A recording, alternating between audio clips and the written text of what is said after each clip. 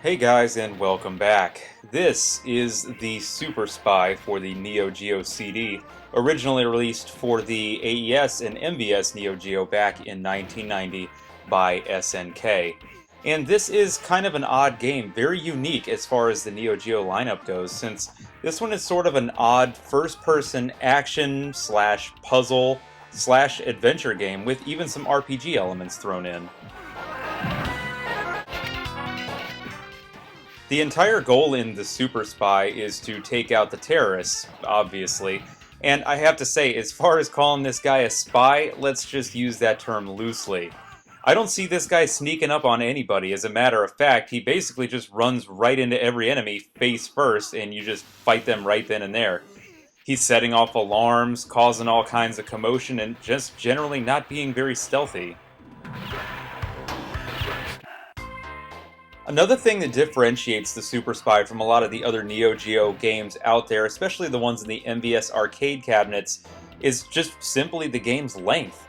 It's a pretty long game, and even capturing the footage for this review, I tried to run through it as quick as I could. It still took me over an hour to beat, and that's a long time to be standing in front of an arcade machine. Your time in the Super Spy will primarily be spent walking down what seems like an infinite number of hallways, eventually tracking down clues and items in each of the doors that you come across, and finding your way to the exit. There are two total sections in the game. The first section is much shorter than the second, and in the second one you're in a huge office building with 16 total floors and 6 bosses to beat. And once you've accomplished that, that's it. Game over. You've finished the Super Spy. But keep in mind, as I'd said previously, it will take you some time to get there. And on your way up all of those different floors to reach those bosses, you're going to run into a ton of enemies. They are everywhere, and they usually show up in groups of 2 to 3 at a time. Your methods of disposing the enemies are limited to just a couple. You can use your fist for melee attacking.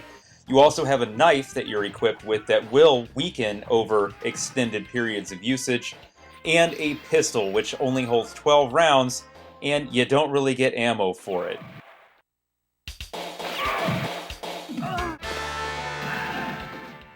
Even though the pistol ammo is scarce to the point of really just being non-existent, the good news is that you can also pick up a machine gun. These aren't very common either. You'll find them in some of the doors in certain floors and hallways that you're in. They'll usually be given to you by an NPC. And these hold an additional 12 shots and can spray a whole room full of guys.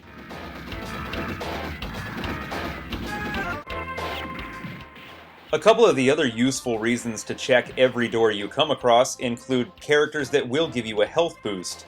Usually when they do this, it fills about half of your health back up. And there are other characters that will even refill the power of your knife, all the way from the weakest back to brand new condition again, which is definitely awesome. The majority of a lot of your interactions, though, with the NPCs are going to end up just being clues or mindless chatter. On your way through both sections of the game, you'll also notice that when you kill one of the millions of terrorists that you're no doubt likely to dispatch, that they will drop numbers after they die. These are points that are added to your experience counter up at the top left of the screen, and one of the cool things about Super Spy is that you can actually level up. And each time you do, your character does get a bit stronger, though it's really only apparent when using your hand-to-hand techniques. The graphic style in the Super Spy is kind of mixed for me. I like it and then I don't like it. A lot of the character design is really cool, but there's really not much enemy variation here. Only a handful of different enemy characters, and of course the handful of bosses that you'll also run into. The environments themselves can be kind of bland. You'll get a little tired of looking at what seems like the exact same hallway or rooms over and over and over again, but everything does animate well, and the game is very colorful when it comes to the character design.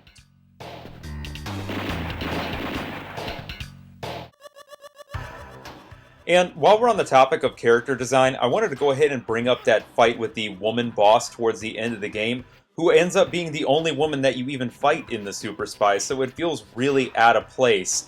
But no doubt hilarious, standing in first person just beating the ever-loving shit out of the only woman in the game. Just like most Neo Geo CD games, or Neo Geo games in general, the sound effects and music in the Super Spy are really, really good. The voice samples are very crisp and clear, and the music, while there's not a lot of it, maybe only 3 or 4 tracks total, sounds excellent and is all very catchy.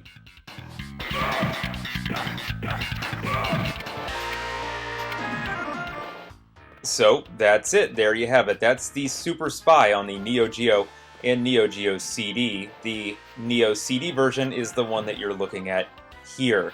It's a pretty fun and quirky game, and it does a really good job of mixing a lot of gameplay mechanics without it ever seeming forced or kind of off-putting. Really, the only complaint that I could even dish out to the Super Spy is that it can get pretty repetitive at times, but that's usually only when you're stuck trying to find your way through an area and having to go back and forth and fight the same enemies over and over again.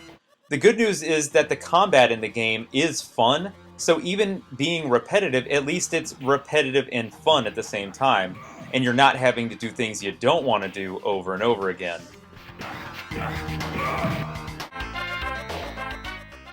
I would comfortably recommend the Super Spy to anybody with a Neo CD, or even a regular Neo Geo for that matter. It's a really fun game, and again, is entirely different than a lot of the other stuff on the Neo Geo, and it really stands out. Its availability can be kinda tricky, especially on the CD. For some reason, it took me forever to find a copy of the game, and it's not overly cheap either, but it is worth picking up. As always, guys, I'd like to thank each and every one of you for watching, subscribing, and commenting. And until next time, stay classic.